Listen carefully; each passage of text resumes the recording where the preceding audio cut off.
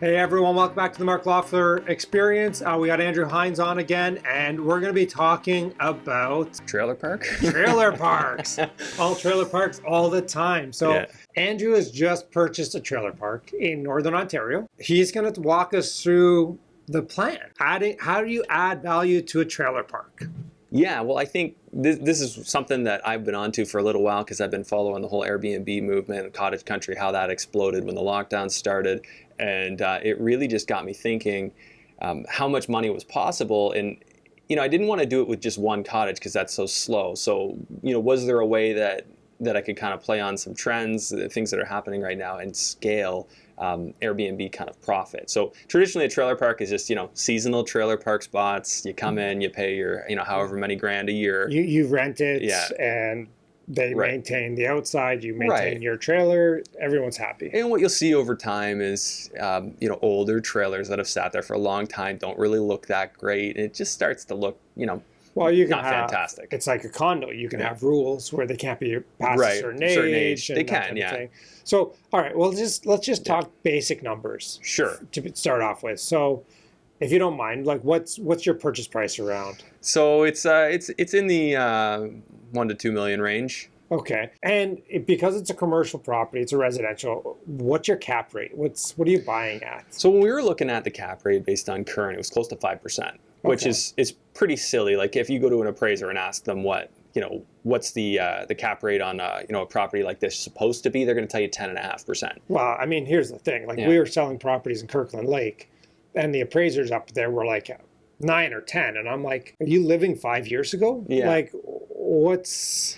And I think that they know this because having looked at the appraisal, I'm not going to get into the exact value yet until we close on it, but having looked at the appraisal, what he tried to do is understand that yes, this is clearly worth much more even than what we paid for it because of the way we got into it. But he was valuing the land separately, so he evaluated the trailer park business on its own, and then he evaluated the land in the different parcels because we have a mix of different zonings on this land, and it's quite a large parcel. So we're getting upwards to almost 100 acres. So there's a lot of space. So Can we hunt on it? there's definitely potential for that. Like I don't know the rules around that, but I mean, there's definitely going to be some wildlife in there. We're seeing like deer tracks and things like that. But what I'm most excited about is there are trails that connect to the primary snowmobile tracks up there, and then there's also what used to be a walk-in campground on a certain area of this property that's kind of been abandoned. And what we want to do is actually reinvigorate that and get into this glamping concept where you give people a tent and a bed, so it's not full camping, it's camping light, and just give them an experience, let them kind of walk in with their stuff, but they don't need much. And I've seen a spectrum. I've heard of people in certain areas like up near Mont Tremblant getting $750 a night for glamping, like a tent. So Well, is just it thinking a tent efficiency. or is it a yurt? A tent or a yurt, yeah, we're open to both, right? Whether it be a tent or a yurt. The yurt option allows us to put in a fireplace, basically like a wood burning stove, vented right at the top. Yeah. And then you can go right into the fall, right? Like so. Oh, I mean, I don't know. This is a while ago. We had Mike Paolini on, and he rents yurts in Muskoka, and I will link it down below so you can go watch that after so you can learn. But Yeah. he was saying he goes all through the winter. That's awesome. See, that'd be pretty incredible. So, I'm thinking beyond that, doing tiny home in the woods kind of experiences where we basically create a tiny home and put it on the site. Are you going to do like tree houses? I'd like to. My only concern with that is, and I'm battling this in my mind, because so many of the trailer sites are actually serviced and there's a sanitary connection. So that works really well for like a tiny home to be sat there, a tiny home on wheels.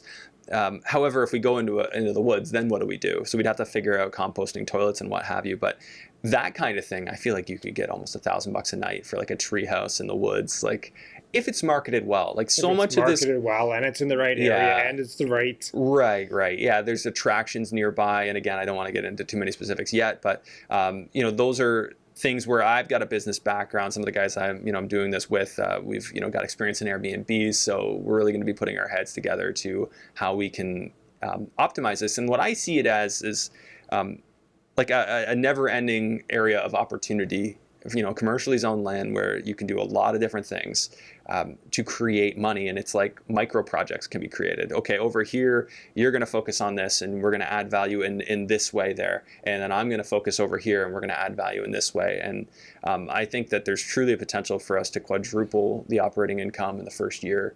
And then, from there, just keep her going. And I don't think that quadruples our value in the first year per se, but I definitely think that it has a major impact. Well, I mean, again, now you're talking about operating businesses, right? Yeah. So obviously you're not going to get a 5 cap on an operating business like Airbnb or something like that, where it legitimately there's more work than I'm renting a trailer. Yeah, absolutely. Area, right? So the valuation is going to be a different thing. So we're only ever really banking on like 50 to 60% loan to value. Like really, like land can get 50, 60%. So my expectations aren't super high, but I do know that if we show really strong numbers, we're gonna find somebody that's gonna work with us, and however we have to structure it, we will. So is this a BRRRR play? Like, definitely a BRRRR play? Yeah, I don't want to be leaving a ton of money in there. We're really fortunate. We're working private money on the front end, and our appraisal came in much higher than what we're actually paying. So we're working it out that we won't really have to put much of our own money in. At all, and then we'll be getting a whole bunch more money in a few months based on the appraisal. So lending up to, I think we're getting about 80%. Okay. Private though, right? Now, institutions aren't going to do that, but that allows us to invest money into various different yurts, tiny homes, trailers, whatever we're going to end up doing. It'll be a mix of all of the above, and then we're just going to keep reinvesting the profits and keep growing the income. So the plan is not to pull any money out of it. It doesn't need to pay us immediately. It's more of a net worth play, but everything that it generates to kind of reinvest it. So does that mean you guys are going to move up there, take the kids and pull the Matt McKeever? And yeah, I don't think so. But is the wife saying no? Is that the? It's not so much that. I think that this is one of those things that just forces me. I've invested at a distance for a long time. It forces me to build new systems and kind of push my comfort zone a bit. And one of the things I took comfort in here is like, there's no way I can run that physically. We're going to have to hire good help. And fortunately, with the way that the numbers look, we might not break even in our first year against our private money, but we will be close, and it will justify itself because what we'll have built will carry forward, right? We're talking marketing, we're talking systems, we're talking a lot of learning curve that happens. Doesn't necessarily need to break even the first year. But if we show strong operations, even if we don't break even against our loan, we can still go back to a better, and get a better refinance, a better interest rate from maybe a credit union. Anyone knows anyone who loves to finance campgrounds at quality rates, Airbnb, you go ahead and you let me know. Operating businesses, operating businesses, So we'll see. Whatever it's got to be. I think that there's enough opportunity that even if we don't get that perfect scenario, we can scale this aggressively enough that even if it had to stay private, we could make it work. How many units are on there now? So there's capacity for around 50 to 60 trailers. So are you going to keep that like at 50 to 60 trailers and then build outside of it? Yeah, that's kind of the plan. So still mulling over whether we keep transient sites, like allow people to come in and just rent for the weekend, or if they want to rent a few days. That I'm open to. Not huge on the seasonal idea right now. So you don't want to rent for the summer to one thing and people come up and that's their cottage. That's certainly not the long-term play. Now, whether or not we continue that for a little bit, but that's certainly not the long-term vision, because I think that the real value is in short stays. You owning the site and people coming using your equipment, or that's the thought. We'll still have campsites, so there'll be campsites there. They'll be able to come in and bring in their trailer for a few days at a time, and then kind of pull it on out of there as well. And then we'll have set number of sites that are our stuff that's set up, that's operating there, and really like.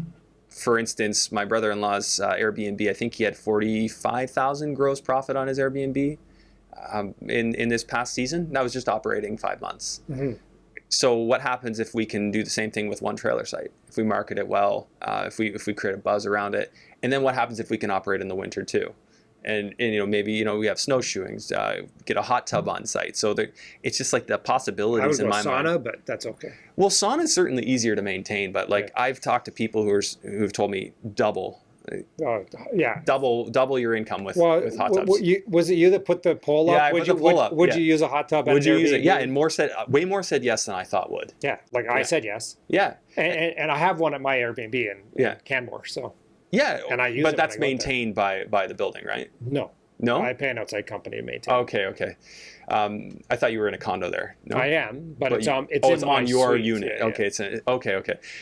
I think they're brilliant. I think it's absolutely worth putting the money into it if you can get one, right? Obviously, the supply of those is limited right now, but it's like a money printing operation. You just have to have it well maintained. That's the concern I had, right? Because all it takes is one day you don't get it cleaned properly. Your guy that does the cleaning lets you down, and all of a sudden you get a bad Airbnb review because somebody says the water was gross. Yeah, that's fair. That's the thing you got to watch out for, right? So I just think you got to be a lot more careful when you go down that road. You're going to quadruple income, gross income. Yeah, I believe so. So how much is your expenses going to go up because now you're operating a different business? You're going to hire staff. You're going to. Yeah, so I mean, I think staffing wise, like we're going to be taking on $100,000 in salaries quite pretty much right away, and then beyond that there'll be other things, but I don't expect utilities to go up significantly. If anything, they might actually go down a bit. There's a lot of things that aren't really going to change that much. My idea would be to scale back some of the operations that aren't the primary. I'd rather make a little bit less money off of the the secondary operations and focus on that, which I believe will be the future of the site, versus try and make as much money as I can today and kind of sacrifice the future for that, the future branding of it. So what's the split now between seasonal and and people coming up transient? Yeah, I think it's about 50-50 right now. Okay. Yeah, so there are a bunch of transient sites, and then of course there's a bunch of people who've been there for a long time. And that's obviously the challenge there, because it doesn't necessarily fit with the future vision. So we've got to be, tactful about how we kind of deal with all that. But we're working through those details as we go. And then, first step here is just getting it closed, and then we'll start on the next step. When do you close? End of the month. Yeah, that's the set date, and unless there's some sort of extension, but I believe that's our date. All right. Well, I think maybe we'll have to go up and shoot a video up there. Yeah. Once we get going, we'll, we won't be so cryptic. We'll be able to share some details. Yeah. I'll come up with my chainsaw. We'll cut some stuff up. Cut some down. Yeah. We got to clear some paths for our walk-in camping sites. So yeah, that'll be fun. I want to get one of those Bobcats with the thing on the front of them that just chews through everything. Oh yeah. Kind of drive that around. I might have been watching videos on that this morning before I came in. My kid loves that stuff. Oh so man, like all the opportunity for toys. We're already talking like, are we going to buy, one of these tractors? I'm like, well, maybe we should just hire somebody, as much as we want to.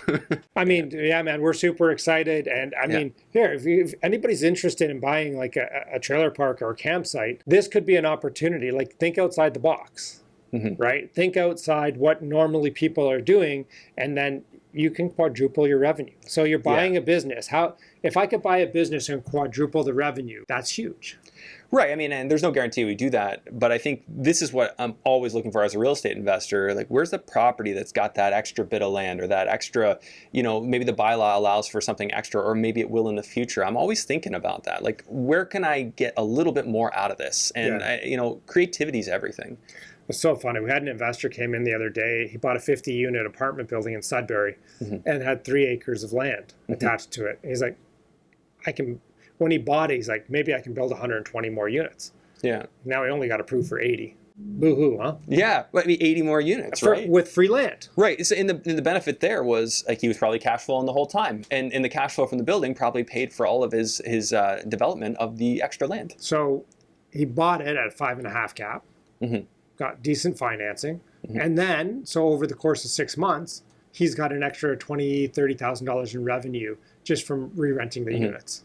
Yeah. That came vacant. 23% of the people left. Yeah. We re-rented them, got an extra 20, 30 grand in revenue. Man, everybody who buys real estate just ends up being a genius these days. So true.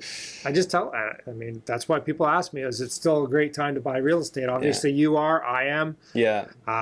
So I don't know. Yeah, I mean, there's always going to be that little bit of fear and, queasiness, nauseousness. I remember, like, in my earlier projects, I pulled the trigger on a deal, and there'd always be one night where I'm like, should I have done that? Get a little queasy about it, and then, you know what? I'm in it now. Yep. I guess I better get going. That's it. Yeah. We better make this work. Yeah, better make this work. Or I'm eating dog food again. Yeah, exactly. Yeah. All right, man. Well, anything else you want to tell us about trailer campground site type thing that you just got? Well, I mean, more generally, like I think now is a great time. Like this whole outdoorsy, exploring Ontario thing happened when the lockdown started. We have a beautiful province, and I think people really take it for granted. I was one of those. I'm like always amazed to go, drive down to Niagara River and whatever. Like there's so much to explore here. There's so much opportunity here. You don't need to be looking in other countries necessarily, unless that's part of your bigger vision. But I think now's as good a time as ever. Says the guy who's building property down in Florida. Sure, but I mean that's part of my vision. But I mean I think that there's so much opportunity to get into hospitality here, and there's so much money to be made. People want to spend on Airbnbs. There's many ways to make money in that space. All you got to do is really just start looking, and of course you're gonna have to pull the trigger on something eventually. That's it. Andrew says just pull the trigger with due diligence. Plug your nose. Yeah. Hold your pants. Not advice to anyone. Consult your financial advisor, but eventually you got to take action. That's it. Yeah. All right. Well, thank you again for coming in. We appreciate you being on the show. And if you haven't, check out Andrew's podcast. You can get it on Spotify, Apple. Yeah, all the platforms and YouTube. And YouTube as well. All right. Thanks, everyone. See you next time.